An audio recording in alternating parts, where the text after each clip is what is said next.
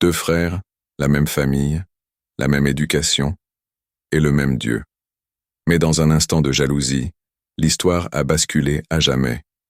Ce n'est pas seulement l'histoire du premier meurtre de l'humanité, c'est un avertissement écrit avec du sang, un rappel que le péché ne frappe pas toujours poliment. Parfois il se tapit silencieusement à votre porte, attendant que vous lui ouvriez. Dans l'épisode d'aujourd'hui, nous plongeons dans l'histoire complète et sans filtre de Caïn et Abel, de la vie après le jardin d'Éden jusqu'au moment tragique qui a secoué la première famille sur terre. Vous découvrirez pourquoi Dieu a accepté une offrande et rejeté l'autre, la conversation glaçante qui aurait pu sauver une vie, et les leçons puissantes que nous pouvons encore en tirer aujourd'hui.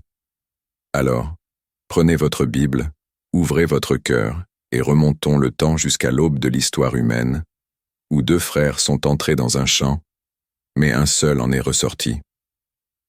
Avant de commencer, abonnez-vous dès maintenant à Bible at Dawn pour ne manquer aucune histoire qui réveillera votre esprit et touchera votre cœur. Cliquez sur « J'aime » si vous croyez que la Bible est toujours d'actualité, et cliquez également sur la cloche pour ne manquer aucune révélation. L'aube se leva lentement sur une terre accidentée, teintant l'horizon de nuances d'or et de pourpre. La rosée s'accrochait aux brins d'herbe sauvage, et le vent apportait le léger parfum lointain des fleurs d'un lieu inaccessible, le jardin d'Éden. Cela faisait longtemps qu'Adam et Ève avaient été chassés. Le souvenir de l'ange à l'épée flamboyante les hantait encore, rappel constant de ce qui avait été perdu. La vie hors du jardin ne ressemblait en rien au paradis qu'ils avaient connu autrefois. En Éden, la nourriture était abondante, poussant sans effort sur les arbres. Les rivières scintillaient d'une clarté cristalline. La paix et la joie emplissaient chaque souffle. Mais ici, dans ce monde rude et intact, la terre était tenace. Chaque miche de pain provenait de la sueur du front d'Adam. Chaque repas provenait du labeur d'Ève. Pourtant, même dans ce pays d'épines, la promesse de Dieu subsistait dans leur cœur, qu'un jour, un enfant issu du corps d'Ève écraserait la tête du serpent et annulerait la malédiction du péché. Ainsi, lorsqu'Ève sentit pour la première fois la vie s'éveiller en elle, l'espoir renaît. À la naissance de son enfant, Ève contempla son petit visage. Les yeux du garçon étaient clos. Ses cris aigus et nouveaux dans l'air calme du matin. Elle le serra contre elle et murmura avec une joie tremblante. « Avec l'aide du Seigneur, j'ai donné naissance à un homme. » Ils le nommèrent Caïn, un nom qui résonnerait à jamais dans l'histoire de l'humanité. Adam berça doucement l'enfant, ses mains calleuses veillant à ne pas abîmer sa peau délicate. Bien que le monde extérieur à l'Éden fût rude, la présence d'un enfant apporta de la lumière dans leur journée. Les années passèrent.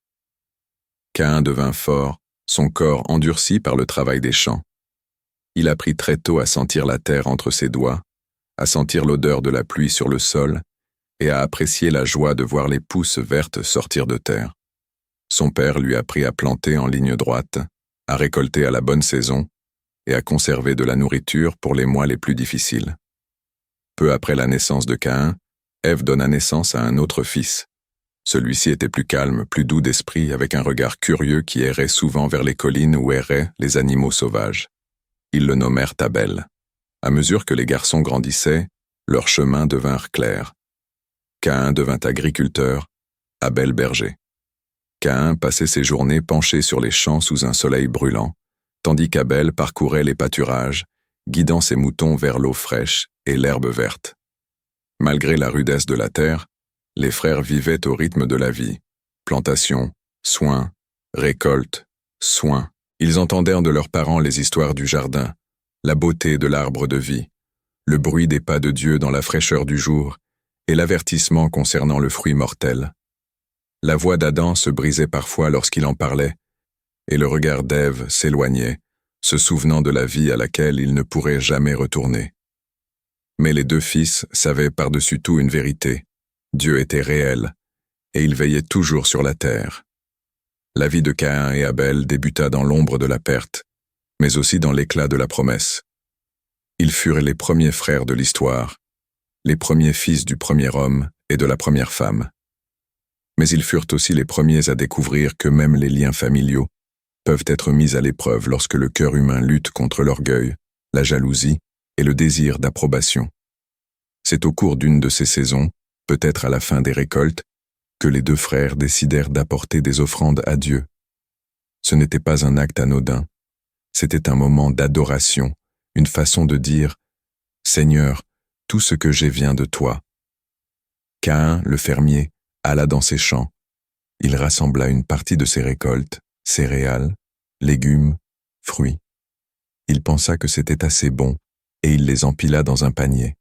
Ses mains étaient fortes et tachées de terre. Son dos lui faisait mal à force de se pencher sur les rangées de plantes. Pour Caïn, cette offrande faisait simplement partie du travail, un geste à rayer de la liste. Abel, le berger, veillait sur son troupeau. Les moutons paissaient paisiblement, leur laine douce dans la lumière de l'après-midi. Il marcha parmi eux jusqu'à ce qu'il trouve les premiers-nés, les meilleurs de ce qu'il avait. Ils étaient sains, forts et sans défaut. Le cœur d'Abel était rempli de gratitude. Il choisit les parties grasses de ses premiers-nés, non pas ce qui restait, mais ce qui lui était le plus précieux. Le jour venu, les deux frères s'approchèrent du lieu où l'on faisait les offrandes. Peut-être s'agissait-il d'un simple autel de pierre, peut-être d'un lieu que leurs parents leur avaient appris à réserver à Dieu. Caïn déposa ses récoltes, l'odeur de la terre y étant encore présente. Abel déposa les meilleurs morceaux de ses premiers-nés, dont l'arôme montait dans l'air. Puis un événement se produisit qui changea tout. Le Seigneur regarda Abel et son offrande avec faveur. Il y eut un sentiment, peut-être un signe visible ou une assurance intérieure, que Dieu l'acceptait. Abel ressentit la chaleur du plaisir divin, la paix de savoir que son don avait été accueilli avec joie, mais lorsque Dieu regarda l'offrande de Caïn, il ne vit aucune faveur, aucune bénédiction. Les récoltes restèrent là, intactes. Caïn ressentit le poids du rejet. L'atmosphère entre lui et son frère s'épaissit d'une atmosphère invisible. Caïn resta près du lieu des offrandes bien après le départ d'Abel. L'odeur de l'agneau brûlé flottait encore dans l'air, rappelant le sacrifice accepté par son frère. Ses propres récoltes gisaient froides et sans vie sur l'autel, intactes, indésirables. Une tempête grondait en lui. Pourquoi lui et pas moi? Cette pensée lui trottait dans la tête. J'ai travaillé tout aussi dur. J'ai labouré la terre de mes propres mains, combattu les mauvaises herbes, supporté la chaleur. Et pourtant Dieu le favorise. Ses poings se serrèrent jusqu'à blanchir ses jointures. La jalousie commença à s'emparer de son cœur comme un serpent, le serrant davantage à chaque instant. Son visage se durcit, ses lèvres se pincèrent, et son regard s'assombrit. Puis, au milieu du silence, une voix retentit, ferme et pourtant pleine de compassion. C'était la voix de Dieu. Pourquoi es-tu en colère? Pourquoi ton visage est-il abattu? Caïn se figea. La voix de Dieu ne le condamnait pas, mais la fouillait, lui creusant les méandres de son âme. Si vous faites ce qui est juste, ne serez-vous pas accepté? Mais si vous ne faites pas ce qui est juste, le péché est tapis à votre porte. Il désire vous avoir, mais vous devez le dominer. Ces paroles étaient frappantes. Le péché n'était pas qu'une idée. C'était comme un prédateur, guettant à la porte du cœur de Caïn. Il était prêt à bondir dès qu'il le laissait sans surveillance. Mais Dieu lui laissait le choix, maîtriser la situation ou être maîtrisé par elle. L'espace d'un instant, la rage de Caïn s'évanouit. Il savait au fond de lui que Dieu avait raison. Son offrande avait été inconsidérée, loin d'être la meilleure qu'il possédait. Abel avait donné par foi et par amour. Caïn avait cédé par devoir. La vérité le blessait. Mais au lieu de s'humilier, il transforma cette douleur en ressentiment. Pourquoi Abel aurait-il meilleure mine que moi? Pourquoi Dieu serait-il si difficile à satisfaire? Caïn ne répondit pas à Dieu. Son silence n'était pas empreint de réflexion mais de refus. Dans son esprit, l'avertissement s'estompa sous le rugissement de son orgueil blessé. Il regarda vers les collines où paissait le troupeau d'Abel. Son frère était quelque part là-bas, inconscient de la tempête qui se préparait. Le soleil matinal étendait sa lumière sur les champs, faisant scintiller la rosée qui s'accrochait à chaque brin d'herbe. L'air était calme. Ce calme qui pouvait presque faire oublier le poids qui pesait sur son cœur. Presque. Caïn marchait d'un pas lent et posé, les yeux fixés sur l'horizon. Il avait déjà pris sa décision. La pensée de l'avertissement divin persistait au plus profond de lui, mais elle était enfouie sous des couches de colère et d'orgueil blessé. Il trouva Abel en train de garder son troupeau près d'un amas de pierres. Les moutons paissaient paresseusement, leur doux bêlement se mêlant au murmure du vent. Abel leva les yeux à l'approche de Caïn, un sourire aux lèvres. Il n'y avait aucune trace de suspicion dans son regard, seulement la chaleur d'un frère partageant le même sang. « Frère, » dit Caïn d'une voix calme, presque amicale. « Viens, allons ensemble au champ, » acquiesça Abel sans hésiter. Ils marchèrent côte à côte, le bruit de leurs pas craquant sur le sol sec. Abel parla de son troupeau, des agneaux nés cette semaine-là, des ruisseaux qui avaient été remplis après la dernière pluie. Les réponses de Caïn étaient brèves, distraites. Son esprit était ailleurs, fixé sur le projet qui avait germé. Ils atteignirent une vaste étendue de terre. Le soleil était haut maintenant, et le champ était vide, à part eux. Abel se pencha pour ajuster une pierre qui avait roulé sur son chemin. C'est alors que la main de Caïn se resserra autour de l'outil qu'il portait, peut-être une pierre aiguisée. Son souffle devint saccadé. Son cœur battait la chamade. La voix d'Abel s'éteignit, remplacée par le rugissement de sa propre fureur. D'un geste soudain et violent, Caïn frappa son frère. Abel trébucha en avant, la voix brisée par le choc. Caïn frappa encore et encore, jusqu'à ce qu'Abel reste immobile sur le sol, son sang s'infiltrant dans la terre. Pour la première fois dans l'histoire de l'humanité, la mort ne survint pas par accident ou par âge, mais par la main volontaire de l'homme contre son propre frère. La terre sembla s'immobiliser, comme si elle reculait devant ce qui venait de se passer. Caïn se tenait au-dessus du corps, la poitrine haletante, la sueur ruisselant de son front. La colère qui l'avait animé s'évapora, laissant derrière lui un silence profond et résonnant. Le soleil brillait toujours, mais tout semblait plus sombre. Le mouton, sentant que quelque chose n'allait pas, bêla nerveusement et s'éloigna. Un oiseau solitaire cria au loin, sa voix aiguë contrastant avec l'air lourd. Caïn regarda ses mains, tachées du sang de ses propres ancêtres. Il n'y avait aucun moyen de revenir en arrière. Aucun mot ne pouvait le ramener. Le champ où poussait autrefois la vie était désormais habité par la mort, et le sang criait en silence vers le Dieu qui voit tout. Au plus profond de lui-même, Caïn connaissait la vérité. Dès l'instant où il avait ouvert la porte au péché, il avait été entièrement dévoré. Un lourd silence régnait sur le champ. Le seul mouvement était la lente flaque du sang d'Abel dans le sol. Caïn resta là, contemplant ce qu'il avait fait, mais il n'y avait aucun soulagement, seulement le poids d'une main invisible qui pesait sur son âme. Le soleil commençait à décliner, projetant de longues ombres sur le paysage. Caïn se retourna pour partir, mais le silence fut rompu par une voix, la même voix qui lui avait parlé auparavant. C'était Dieu. « Où est ton frère Abel ?» La question était simple, mais elle était profonde. Caïn savait exactement où était son frère, et pourtant il répondit avec un air de défi. « Je ne sais pas. Suis-je le gardien de mon frère ?» Ses paroles restèrent en suspens, une tentative de se déresponsabiliser, d'esquiver la vérité. Mais le Dieu qui a créé les cieux et la terre ne s'y est pas laissé prendre. La voix retentit à nouveau, cette fois lourde de jugement. « Qu'as-tu fait ? Écoute. Le sang de ton frère crie vers moi depuis la terre. » Le cœur de Caïn battait fort. Il n'y avait aucune échappatoire à la connaissance de Dieu, aucun mensonge n'était assez astucieux, aucune cachette assez profonde. Le sang dans le sol était comme une voix qui ne cesserait de parler jusqu'à ce que justice soit faite. Le ton de Dieu changea, ferme et inflexible. « Maintenant, tu es sous la malédiction et chassé de la terre qui a ouvert sa bouche pour recevoir le sang de ton frère versé par ta main. Quand tu laboureras la terre, elle ne te donnera plus de fruits. Tu seras un vagabond sans repos sur la terre. » Les mots tombèrent comme un marteau. La terre que Caïn avait cultivée toute sa vie allait désormais lui résister complètement. Chaque graine qu'il planterait se moquerait de lui et lui ferait échouer. Et pire encore, il n'aurait plus de foyer. Condamné à errer sans repos, sans paix, la résistance de Caïn s'effondra. La peur l'envahit. Sa voix tremblait. « Ma punition est insupportable.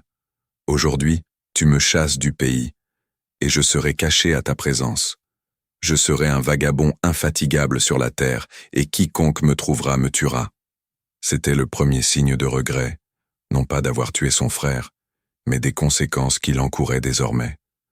Pourtant, même ici, la miséricorde divine était présente. « Il n'en est rien, dit le Seigneur. Si quelqu'un tue Caïn, il sera puni cette fois. » Puis Dieu plaça un signe sur Caïn, un signe connu de lui seul, afin que quiconque le trouverait n'oserait lui faire du mal. C'était un étrange mélange de justice et de miséricorde. Caïn vivrait, mais dans l'ombre de son crime pour toujours. Le jugement fut sans appel. Caïn fit demi-tour et s'éloigna, laissant derrière lui l'endroit où le sang de son frère avait souillé la terre. Chaque pas l'éloignait davantage de la présence du Seigneur, davantage de la famille qui avait autrefois travaillé et ri ensemble. Le soleil couchant projetait son ombre loin devant lui, mais où qu'il aille, elle ne pouvait distancer l'ombre qui habitait désormais son cœur. Le soleil était bas lorsque Caïn tourna enfin le dos au lieu du jugement. La voix de Dieu s'éloigna, non parce qu'il ne pouvait plus parler, mais parce que Caïn s'était éloigné de sa présence. Ses pieds lui semblaient plus lourds à chaque pas, comme si le sol lui-même pleurait sous lui. Il marchait vers l'est, vers des terres sauvages et inconnues. Le ciel s'étendait à l'infini, la terre devant lui, par endroits arides, par endroits sauvages. Les nuits étaient froides, les jours brûlants. Les étoiles, qui semblaient autrefois des témoins silencieux de la puissance de Dieu, lui semblaient désormais des yeux qui le regardaient, lui rappelant le sang qui criait du sol. La Bible dit qu'il alla habiter au pays de Nod, un lieu dont le nom signifie « errance ». C'était plus qu'un lieu, c'était une phrase. Chaque lever et coucher de soleil le trouvait dans un endroit nouveau, jamais vraiment chez lui. Le sol maudit à cause de lui ne lui rapportait rien. Plus il travaillait dur, plus la terre résistait, comme si elle-même se souvenait du sang d'Abel. Et pourtant, la vie continuait. Caïn prit une femme, peut-être l'une des nombreuses descendantes d'Adam et Ève. Ensemble, ils construisirent une maison, chose étrange pour un homme condamné à l'errance.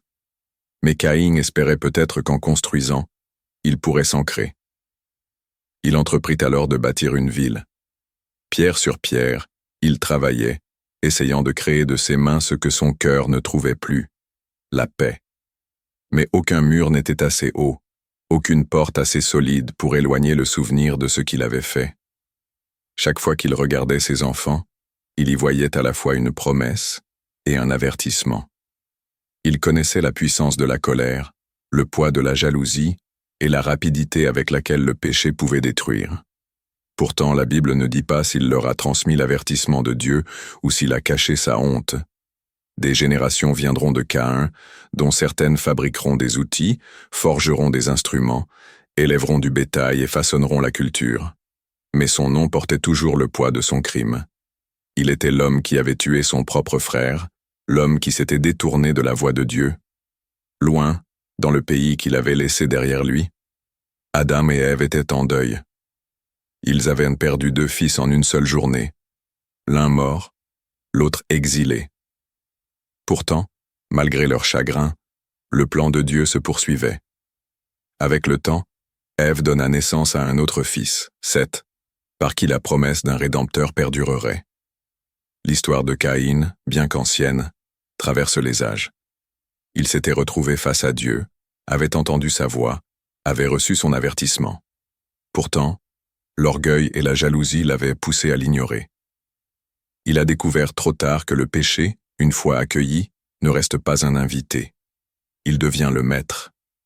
Le pays de Nod est bien plus qu'un lieu sur une carte. C'est l'image d'un cœur éloigné de Dieu, c'est l'inquiétude d'une âme sans paix, l'errance d'une vie coupée de sa véritable demeure. Caïn a vécu ses jours sous cette marque, témoignage vivant que la justice de Dieu est réelle, mais aussi que sa miséricorde peut encore atteindre même ceux qui sont tombés loin. car même dans son châtiment, Caïn n'a pas été abandonné à la destruction. Dieu l'a marqué, non pour excuser son péché, mais pour préserver sa vie, peut-être comme un avertissement au monde, peut-être comme une porte ouverte à la repentance que Caïn n'a jamais franchie. Ainsi, l'histoire des premiers frères se termine non pas par une réconciliation, mais par une séparation, un jardin perdu, une famille brisée, une vie errante. C'est un avertissement inscrit dans les premiers chapitres de l'histoire humaine. Protégez votre cœur avant que l'envie ne s'installe. Écoutez quand Dieu vous avertit. Tu es le gardien de ton frère. Les pas de Caïn s'éloignèrent vers l'est, dans le pays de Nod, jusqu'à être engloutis par le désert. Mais la leçon de sa vie nous accompagne encore aujourd'hui, nous rappelant que le choix entre maîtriser le péché et être maîtrisé par lui se présente à chaque cœur. Avant de conclure, prions pour ceci. Père céleste, je te remercie pour le don de la vie et pour les leçons que tu m'enseignes par ta parole. Seigneur, garde mon cœur pur et exempt de jalousie, d'orgueil et d'amertume. Aide-moi à t'offrir le meilleur de moi-même, non seulement en don, mais aussi en amour, en service et en obéissance. Donne-moi la force de maîtriser le péché et de ne pas me laisser dominer par lui. Garde-moi du piège de la comparaison et apprends-moi à me réjouir lorsque mes frères et sœurs sont bénis. Père, garde-moi près de ta présence afin que je ne m'égare jamais dans le pays de Nod, un lieu loin de toi. Je reçois ton avertissement et choisis de marcher dans tes voies, aujourd'hui et toujours. Au nom de Jésus. Amen. Mon ami, si tu ressens de la jalousie ou du manque de pardon, affronte-les aujourd'hui. Prie Dieu. Fais la paix avec ceux contre qui tu as été en colère. Ne laissez pas le péché s'ouvrir à vous. Et rappelez-vous que vous êtes le gardien de votre frère. Votre amour, vos prières et vos encouragements pourraient être la raison pour laquelle quelqu'un reste fort dans sa foi. Si cet enseignement vous a été bénéfique, abonnez-vous à Bible et activez la cloche de notification pour ne manquer aucune histoire biblique marquante. Aimez cette vidéo pour qu'elle atteigne plus de monde et partagez vos impressions dans les commentaires. J'aimerais beaucoup savoir quelle leçon de Caïn et Abel vous a touché aujourd'hui. Partagez ce message avec un ami ou un membre de votre famille qui a besoin d'encouragement pour garder son cœur et marcher en harmonie avec Dieu.